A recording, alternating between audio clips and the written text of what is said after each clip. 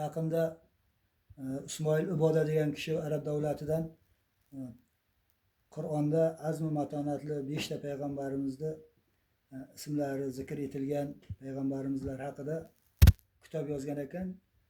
Shuni o'qib chiqib, men shuni she'riy tarzda sizlarga ulashaman. Odama jonni ato etdi karim, juft uchun qavurg'odin oldi yarim.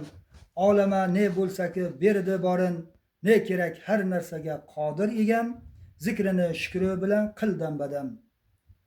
Nuhga farmonni qilur kema uchun, yer va osmon bor suvin to'kdi nechun, anga ming yillik umr bergani için, niyating to'g'ri amal qilsang egam, mukofoti ko'p erur chekma dag'am.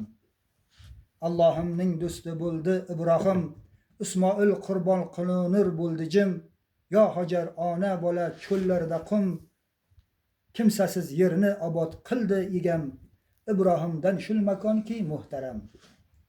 Tuva vodiyda alov ko'rdi Muso, Xudoman deb Fir'avn qildi jazo, yamladi yutdi ilonlarni aso, ne qilur qilsa ilohiydir egam, bas ilmni muhtaram qildi karam.